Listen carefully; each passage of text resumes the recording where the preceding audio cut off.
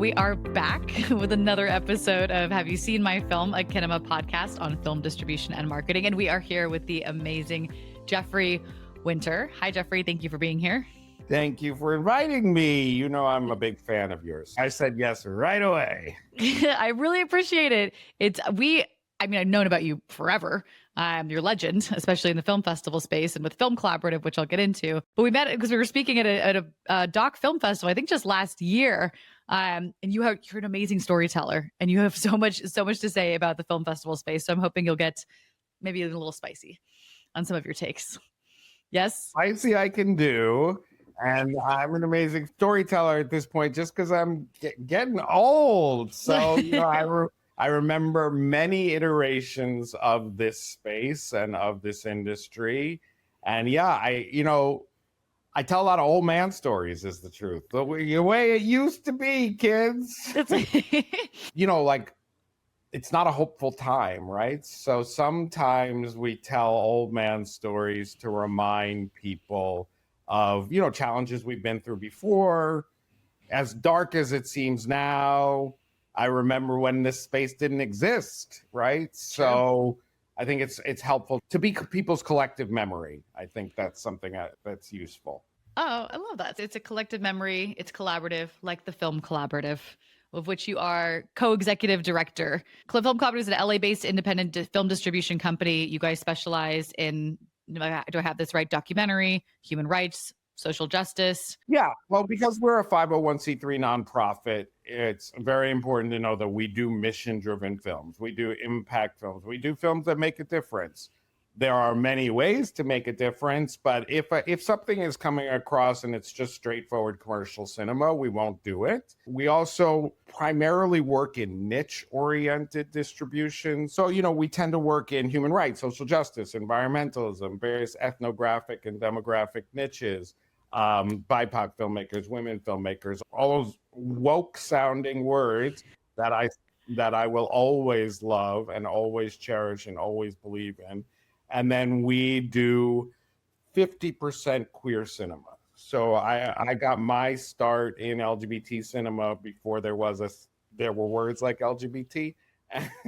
And I'm in that group that named the thing queer cinema. So it's my primary love and passion. Plus, to be completely honest, been doing it for so long and I know the audience so well that I know how to make the most money in queer cinema. So I often say that I do 50% queer cinema because if I did more, I'd die of boredom. And if I did less, I'd go broke. You're like the Goldilocks of LGBTQ cinema. You got it just right. That's exactly what we try to do, is balance. Everything in LGBT cinema does end up being social impact as well and mission driven. So we also have a lot more freedom to take on anything that we want in that space. That's incredible. We need more people like you working in this space. But, you say niche or more focused, but these are also films that have won or been nominated for Oscars. You had All That Breathes, you've had Invisible War, Hooligan Sparrow, Disclosure, Camera Person, Racing Extinction. I was trying to remember the ones I knew that we worked on too. We've had 5 Oscar nominations in the last 3 years. Eternal Memory, ABC's of Book Banning, I don't know, a bunch of things. What you find is in independent film distribution, niche is king and queen and jack and all of the above because it allows you to target who your audience is. So niche in commercial distribution sounds like I'm putting something down and saying it's smaller. I think in independent film distribution and in documentary distribution, niche is what means you can find your audience. Oh, I love that. Yep. We've been saying niche it's strong, not small. It is a specific, and the more specific, know who that audience is, understand them and how to reach them, the more successful you can be. It is difficult to market a quote unquote broad appeal rom-com if you can't find the specificity. Right. Unless you have a huge budget, and none of us are working in huge budgets. So therefore we need to know who our audience is in order to find them. You focus on film festival strategy. Do you spend most of your day working with films on their festival strategy? So what I say is that we work in public exhibition with maximum impact, and film festivals are the spine of what we do. The reason I have worked focused so directly on film festivals is in the world that we live in, traditional theatrical opportunities have dwindled to near nothing, right? And they really don't have much impact. The amount of eyeballs on a traditional theatrical release is disturbingly low. So festivals are venues that exist already with existing marketing, and there are thousands of them around the world, and they are existing infrastructure. So I don't have to recreate the wheel every time. So I have two theatrical releases right now, one of which I think will do very, very well, called Holding Liat. Holding Oh, Liat yeah. premiered at the Berlinale and has gone, I guess we're at about 70 film festivals so far. But let's be clear, if I hit the theaters without doing all of that first, nobody would come. Zero people would come. Wait, break that down. Why? Well, they would never have heard of it. So festivals are marketing in a sense. Festivals are first and foremost marketing. They are also how you tell the industry something exists. We have a very unusual track record and very proven business model for generating revenue out of film festivals. So we generate a lot of revenue out of the film festivals. So they function in many ways, but the first impulse is marketing and straightforward exhibition, meaning why are we actually making these films? So people can see them and they can have impact in the world.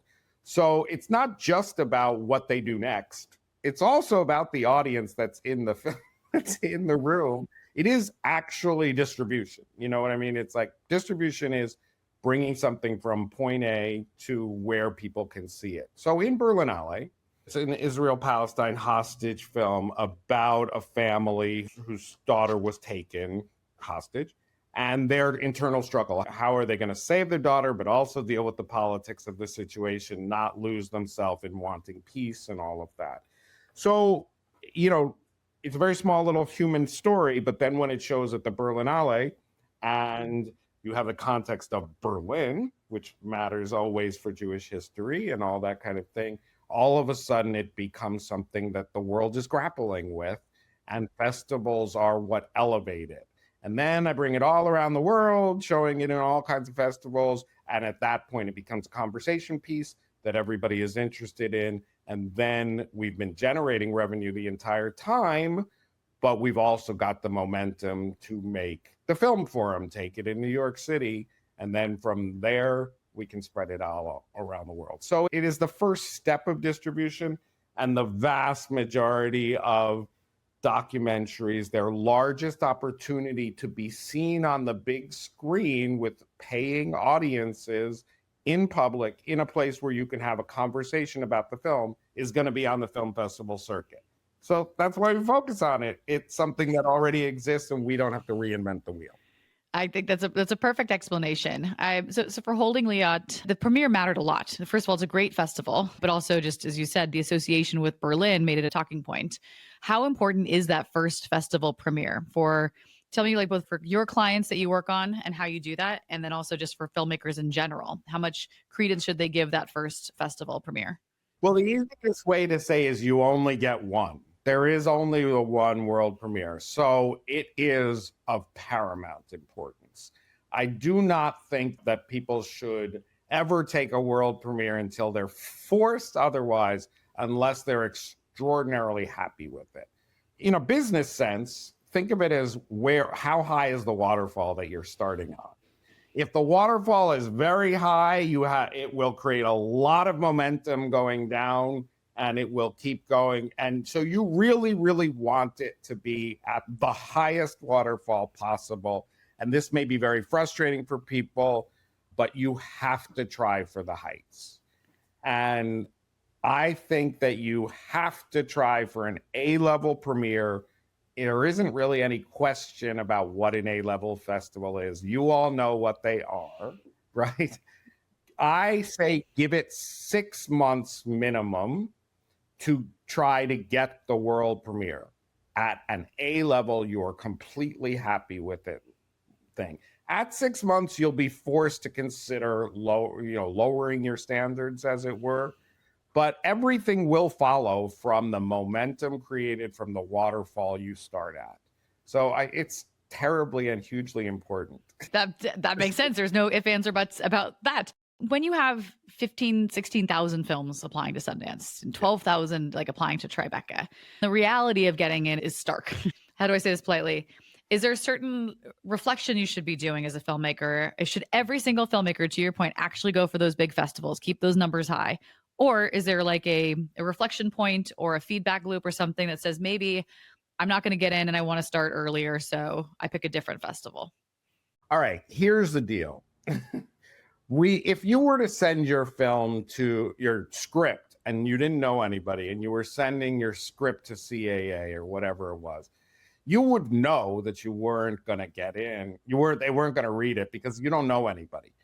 The folly of the film festival circuit is that you say it's statistically impossible to get in, 1 out of 10,000, whatever. That's because it is in no way a democracy. Okay. So if you don't know anybody, you're not getting in. It does not start at the application process. Okay. So Christy, you and I meet most everybody at pitches and labs and along the way. While you're making your film, your job is also to be networking and letting everybody know that you're making the film. By the time it arrives at festival submission, it should be that they already know about it. Unfortunately, the job of the independent filmmaker right now is multitudes of hats. Okay. It is. So as we all wear. So all along you are pitching your film. I noticed one of the questions we'll get to is how do you get to me? How does a festival? So, for example, if you get to me, I can help you get into the major festivals, right? I know the people. I've been doing this for decades. You're like a filter too. You're like any of those mentorship programs or workshops, like someone has applied, you've taken a look at the films. And so when those festivals hear from you, they're like, oh, Jeffrey's already done some of the pre-work on this. Exactly. We're all vetting it as we go along, giving it credibility. But you and I know that we don't meet people on a blind submission. We met them at 3 labs before, got to know them, thought this was really interesting, realized we wanted to watch this. So you can't look at it as statistics. If you were just pitching cold to CAA and you were not involved with Hollywood and you just sent them a script, no, that's not going to get in. You have to know the people. They're not going to read that. So the job starts way before that. So I would challenge your numbers to say you've weeded down along the way that they should already know about your film. I'm just going to tell you one story. There was an artistic director of Sundance. She was new to the job, maybe not the most publicly savvy person. At the time, she got interviewed by a major trade publication and was asked this question: how many films get into Sundance off blind submissions? She said 0. Now, I think she quickly realized, oops, we're charging people. I shouldn't have said that. It sounds terrible. And what she said was very interesting. She said, look, we're a full-time staff of multiple professionals traveling and working in Los Angeles. If we haven't heard about your film by the time you submit, you haven't done your job. Ooh. So you haven't alerted the top people in your field that this film exists. You're not getting in at that point. You're too late. Okay. So I just want to say that that's the first thing, is the job does not start at submissions. You need to find advocates along the way, or you're your own advocate. Absolutely. It just involves a lot of elbow grease and getting out there in the world along the way. I wish we lived in a world where you just made a film and then it just found its audience. That's just not what happens. I think that makes complete sense. I was speaking with filmmaker Marian Matias today, and we were chatting about this. I said I was going to be chatting with you. And she did say almost exactly what you said. She said she was lucky enough to have a sales agent come on board her short film earlier. And she said, compared to the other friends in her kind of cohort, and this is new filmmaker, hadn't built relationships, she had way more success at film festivals. But like she had a lot of submissions, a lot of acceptances. And she's like, I think the sales agent made a difference. They provided an additional filter. Whereas, and that's a bit unfair, I guess, but life is unfair. These things are difficult. Systems are created sometimes. in response to abundance. So she was saying exactly what you're saying. Having that additional filter when she didn't know was very helpful. I'm not sure that I even think that's unfair because we on this end need mechanisms to survive it too. Hmm. So there are only a number of hours in the day. I only get 4 or 5 hours of sleep a day because I'm super busy and super stressed out. I cannot watch all the screeners that come to me. There simply aren't hours in the day. So we all respond to social cues. We all respond to people that we know, that kind of thing. And that's the only way to get through it. So festivals, if you send them in 15,000 films, just do the math. It's not possible. By the way, most festivals in the world these days have one volunteer programmer who also has a day job and some screeners, people. Most festivals are programmed by one person. Wow. Even festivals that have 100 films are predominantly programmed by one person with 4 or 5 volunteers helping them out. The only reason Sundance gets back to you compared to 95, 98% of the festivals will respond is they have the money and the power and the volunteer staff to actually process everything. But only a tiny fraction of the films are being seen by a decision maker, right? Hmm. So all you're trying to do is get to the point where a decision maker actually has the time of day to watch it. That's it. At that point, your film can speak for itself. Hmm. But getting through all the gates to where a decision maker can watch it, that's really tough. I will wait. I will give you a counterpart. Same filmmaker I talked to earlier. One that I think, and I may have it mixed up. I think it was her feature film. She had the sales agent for him. Through the shorts film, she did apply through some blind submission, and she did get in. I will say it was an international film festival, a big one, short film. She didn't know a single person there. So maybe I'm gonna throw it out there. Maybe there's a tiny bit of hope out Well, there. the reason why there's a lot of hope is at the end of the day, like it's very hard to know why things get in. We've all go to festivals all the time and say, well, that sucked. Right? Yeah. Why did that get in? Right. Like that was a bold choice, as they say. So there's a lot of politics going on. And that's why I say give yourself 6 months. You and shoot for the moon. That's really important. Don't decide your film is not going to get in advance because we don't really, at the end of the day, we don't know why they get in, right? We do know that, as I said, you can do the job to get people to watch it. But at that point, it's up to them and you Right. can't control it. And most programmers are curators, right? Curators are artists and people who want to add something to the world. So at that point, it's about what they want to say. So if you're on a topic that's important to them, okay, then they may program the film because it speaks for them. There is no such thing as objective quality assessment of films. How many dear friends that you have that absolutely hate a film you love and absolutely love something you hate? Of course, I can name so many. Yes, We all it's true. have that. Your job is to get it to where people who have decision-making power can watch it. That's all you can do, and that's a job. So there's a lot of hope, and that's why give yourself 6 months. The reason why at 6 months you have to lower your expectations is because you can't get yourself back around to the full year. So you have to get that premiere within the year. So 6 months, shoot for the moon. After that, if you want, we can go into strategies for how do you lower your expectations. Well, first, let's say we have high expectations. So how do you decide who you work with? Oh, how do I pick a film? How do you pick a film? Yeah, how do you pick who gets to be a Jeffrey Winter client? First thing is I want a film that's going to change, that's really going to matter in the world. I have quite a lot of privilege to pick what I want. I will not take a film unless it's going to spark passion in me to work really fucking hard. Okay. So, like the first thing it does is it has to be important. What I say to my staff all the time is it great? And then we get very confused as to what that means. But the truth of the matter is, that the films out there are the vast majority are good or mediocre or bad.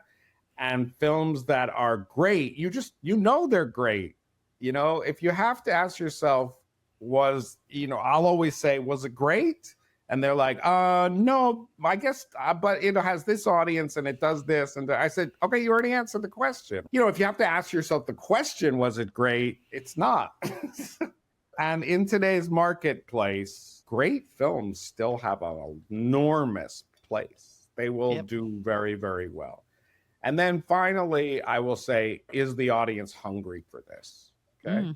So that's the most interesting of the thing. The reason why I continue to work in queer cinema so much is regardless of how much there has been, people are still desperate for that representation, right? So I really look for films that I'm like, I know who this audience is and they really want to see this, okay? So part of why I like documentaries the most is when they're advocacy pieces, when they're trying to speak to audiences. You're like, I see who that audience is, and that audience is hungry for the film. So if it's like film by a Middle Eastern woman director showing positive images of Middle Eastern women film, you're like, oh my God, you never see those, right? So the audience is out there looking for that film. You do. This. You sounds like you have, the combination of experience and good gut instincts is knowing that the audience for that film. Is it because you are also the audience for your film? When you say you love social justice, impact, LGBTQ environment, are those because those are communities that you're tapped into? So you know what they're looking for? I mean, there's a bit of, if I'm going to be honest, yes and no for that. One thing that I can tell you is that I do know what programmers like. So there is something of, I know what the programmers want. And so some of it is trends. For example, in documentaries, if there are talking heads, I probably won't take it. Oh. Because it just won't show outside of the US. I did not know that. There are all kinds of trendy things that have great impact on it. One thing that's very tough about today's marketplace, probably the toughest thing, is that there's an enormous disconnect between what the US audience wants and the international audience wants. So for me, because I have a certain kind of ability to pick what I want a film that's going to work globally. So actually, most of the films that you mentioned worked because they were of international interest more than just American interest. All That Breathes is very taste style, is character-driven style, that kind of thing, and not talking heads, things like that. What about Gay Chorus Deep South? That is one of my favorite docs that I ever saw at a film festival that didn't. I think it did pretty well on festival. I will tell you a funny story about Gay Chorus Deep South. Yeah? This is one that I almost misjudged. Well, didn't almost misjudge. I passed on it the first time. Oh, by the way, I passed on All That Breathes twice before I took it. So I make mistakes. But Gay Chorus Deep South at the time struck me as too safe, too audience friendly. And I thought that everybody would be over it. But also in that case, I didn't know the South at all, where it was taking place. So I was like, where are they going? What are these things?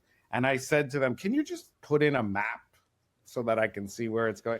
Just like Lord of the Rings. And I didn't think they would actually do it. And then they did it. And then I was like, oh shit, now I have to take it. Because they edited the film for you. Yeah. Well, you got it. I think you played at Tribeca. You got into Tribeca then. So. Got into Tribeca. So I think what makes a film work, though, is, so those are almost in two different eras. But I just want to go back to, is it expositional?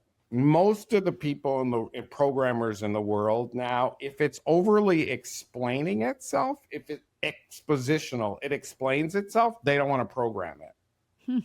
It should lead you on an experience. Okay. Oh, wow. And that is a lot. And the problem with the marketplace is that the streamers want the exact opposite. The streamers want lowest common denominator, mass appeal stuff, right? So the US filmmakers are, rather pathetically, making films to cater to studio tastes, right? Now, that's pathetic because they're not selling them to those studios. But, I understand the impulse. The problem is that's exactly the opposite of what the rest of the world does. So I have to say, I am tapped into those things that you said, but I'm also going on a certain thing of like, I have the taste for what programmers want. And that informs a lot of it.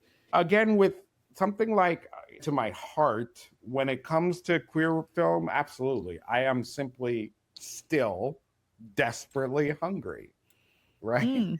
And so like every time it comes, I'm like, fuck, I needed another one, please. I need another one, please. So I think that's the other thing that can be your guiding light. Do you need to see this film? If you don't need to see this film, why would anybody else need to? Right? Oh, wow. Okay. That's a good way to say it. Well, I guess if you're the filmmaker making it, hopefully you believe that someone needs to see this film.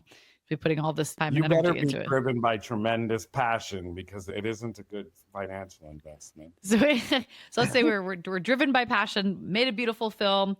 We got in contact with you. We did all the workshops. People know us. I'm getting into the festival. Yes. Now I get into one of those top tier or maybe like right below because I'm coming up on my 6 months. I'm at the festival now. What do I do to get the most out of it? Like, what do you see? I'm assuming I'm at every screening. When I was at Picture Motion, we used to bring clipboards into the theaters if they would let us and collect email addresses and email everybody afterwards, like a call to action. So we've seen people put wheat pastings up, postcards. We've done street activations. How do you get the most out of it? So can I back up 1 second? Because I like when you talk about the clipboards and everything like that. I just want to say, again, I think that work starts way before. I believe that as soon as you're starting to make the film, you should be building an Excel of every single person you're talking to. Yes. Okay. So what you're starting to talk about impact and all that kind of thing. In this case, we were trying to, since there's an audience that's seeing the film for the first time, we can't get any of their info from the festival. So we're like, how do we get it ourselves? Oh, yeah. No, I want to just allude to the fact that it starts before that. So the hard thing about impact and all of those things and like the idea of the clipboard and everything is it can never be comprehensive, right? It can't capture everything, the data. So therefore, people won't do it at all because they're perfectionists, right? Like they're like, if I can't do it all, I'm not going to do it. If I can't do it perfectly, I'm not going to do it at all. So instead of that, you have to, like start in Excel and every single person you talk, every single idea, this blog, that thing, so that over time you're building up an enormous, like that's your database. That's your target audience. Those are your people. So I don't know if you agree with me, but I still believe that you just have to have a great email newsletter, right? So I 100% agree. I think you're always building towards that. I saw somebody was talking to me in Korea recently. They were talking about what's it called? The day that Instagram ends. Okay. The day that Instagram ends and everybody's tossed back out onto the street and has no contact. Right? So like everybody's got to be preparing for the day that Instagram ends because is this happening? I thought it ended as a social platform. Now it's just television. I wish it would end, but but my point is you need to capture the data that isn't going to disappear, and their email is not going to disappear in the way that every other contact is going to disappear. So you're capturing and you're building the profiles. At the festival, the best people are those annoying people who walk around with postcards and just hustle everybody into the theater. The ones who make their presence known. It's all about who can be their own best self-promoter. Right? Is it better to self-promote to audiences on the street who are attending the festival or trying to get into as many networking events to build industry relationships? I mean, it's both. Okay. It's both. But I have to say that all of that kind of like exhausts me and terrifies me. So, but obviously these things are budget related. Like, can you get a great publicist? You certainly need to have a publicist, at any A-level festival. And, I definitely believe in networking dinners that you throw, parties that you throw, receptions, especially at world premieres, because again, you're only going to get one. So pull out all the stops. Have a party. You don't know where it's going to lead. Yeah. right? But it's how you get the word out. You can have a party that's just like everybody meet at this bar. You don't have to spend a lot of money. I think that's the other thing we've heard with film festivals, and we've seen this happen with Sundance, and could be related to in some ways why it's moving. It's expensive. If you're bringing yourself and your team into the world premiere, any talent or participants, it can start to get really pricey really fast. If a filmmaker releasing a film, world premiere, top 6 film festival, how should I be thinking about the best way to spend my money? So I think that, first of all, I'm going to start with a controversial thing that the most Yeah. successful people never get rid of, but it's really hard for the layperson. 10% of your budget has to be set aside for distribution. When you're making your film, Minimum. well, I never get people to do more than that. I but know it's hard, but we keep saying it anyway. Okay, good. You say it too. 10 when you're doing, you can't get yourself into a place where you finished the film and now you have no money. I mean, most people will, but that's when you get into a lot of difficult, desperate situation. Whatever you're making, it doesn't end at the moment that you're done with the film. So 10% there. And no, I don't think you need bringing the whole team to Sundance, bringing the whole team to Berlin. It's just not affordable, right? So, I mean, they're these days they got to get themselves there, because the festival's not even usually bringing you anymore, right? Right. So, just the people who are going to be on stage, and then everybody else has to get there. But I think that if you give yourself some sort of 10% contingency, 10% luxury, whatever that is, then you can build a plan after and you won't end up in a desperate situation, right? Because what I'm finding is that in today's world after the film festival circuit, and even if you've gotten great exposure at the film festival circuit, even if you've made revenue at the film festival circuit, you're going to end up almost always with doing your own theatrical, right? That's just the case. So those people who've already set aside some money to get the theatrical going, those are the ones whose films keep going, right? Those two are going to stay ahead. Yep. So, just keep in mind, in an early stage, it does not sound unreasonable. So think about it now. 10% of my budget is for after finishing it, right? Why are you spending the money on things like great lighting or whatever? Of course, you need all of those things. But if you can't then bring it out into the world, it's not going to mean anything. No one's going to see the lighting. I got 3 rapid fire questions for you that are more about the industry at large. But before we kind of pull back up, what else? What do you wish more filmmakers knew? Whether it's about the application process, working, with strategists like you, being on the ground at the festival. What are some common misconceptions or like things that every filmmaker should know before entering film festivals? Okay, so what I wish people would know is that this is an entrepreneurial endeavor, and it is, again, tied to what we said. It is not something that ends when it is not just about making the film. When you make, the production of the film, when you go into making a film, you are starting a business, quite literally, right? You're starting an LLC and that kind of thing. You are making a business. And the business, the marketing of the business, the distribution of the business is really the key, right, of how a business works. I always tell people that, like, all we are really doing is making very complicated washing machines or very complicated chocolate chip cookies, right? But it's just a product, right? So at the same time, like, you have to have a plan for that product. And you can't think someone's going to come along and rescue you, because that isn't the world we live in anymore. I don't know when it ever was, but it hasn't been for a very long time. Some people will get rescued that way, right? And that is how it continues to fool people. That's why it's a dream machine. Hollywood has always been a dream machine where some tiny rarefied group gets some sort of deal. But as you said from the beginning, statistically, it's unimportant. Statistically, that 5 films now that get a real deal out of Sundance, it's really 5 films now that get a real deal out of Sundance. That's 5 out of the 15,000 that submitted. 5 will get some sort of deal. For everybody else, have a plan. That's what Then I think the other two things are, I don't know if this is what I wish people knew, but it's what I wish people could think about in today's world. What does success look like? How are we reevaluating what success is? I did not get into this industry to be a middle class rich person. A middle class rich, that's not what I meant. A middle class bourgeois.